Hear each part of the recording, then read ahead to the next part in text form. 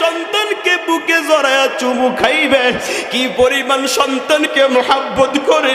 আল্লাহ রব্বুল আলামিন বলেন, একজন মা যখন একটা বাচ্চাকে মারি দেয়, বাবা দৌড়ায় আয়েশা বলে, আমার কলিজার টুকরায় মারি দিস না, আঘাত করিস না। বাবা যখন মারি দেয় সন্তানকে বাঁচানোর জন্য, দেখবেন মা দৌড়ায় আসে, সন্তানকে জড়ায় ধরে আর বলে, স্বামী গো আমার, আমার কলিজার টুকরে মাইরেন না, আমার সহ্য হয় না। এরকম হাজারো অসংখ্য মা পাইবেন, পর্দার অন্তরালের মা, তারাই ভালো বুঝবে।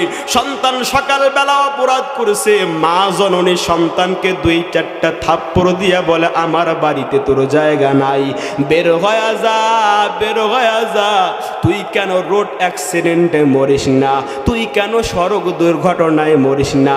কত সন্তান মরিয়া যায়, তোকে কি আল্লাহ তাআলা দেখে না? এরকম মা অনেক দেখবেন।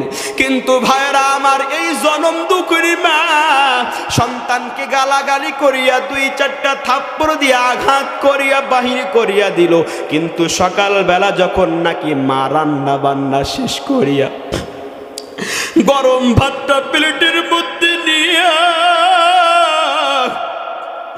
যাদের মা নাই মায়ের বড়ই অভাব, ওই জনম দুঃখিনী মা যখন ভাতের প্লেটটা, গরম ভাতের প্লেটটা সামনে নিয়ে ভাতের লোকমাটা মাখায়া মুখের কাছাকাছি নেয়, হঠাৎ করে সন্তানের স্মরণ,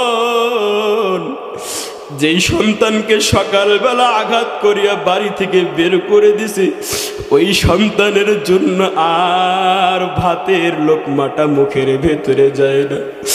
ভাতের প্লেটটা জায়গায় ফেলাইয়া বাড়ি থেকে বের হয়ে দৌড়ায়, আর আশপাশের বাড়িওয়ালাদেরকে জিজ্ঞেস করে, ভাই ও বোন, আমার কলিজার টুকরা সোনা মনিটাকে দেখছুনি, সকালবেলা একটু রাগ করে 2-4টা থাপ্পড় দিয়া গালাগালি করে বের করে দিছিলাম, অনেক কষ্ট করিয়া রান্না করেছি, গরম ভাত বাসায়, আমার সন্তান কই?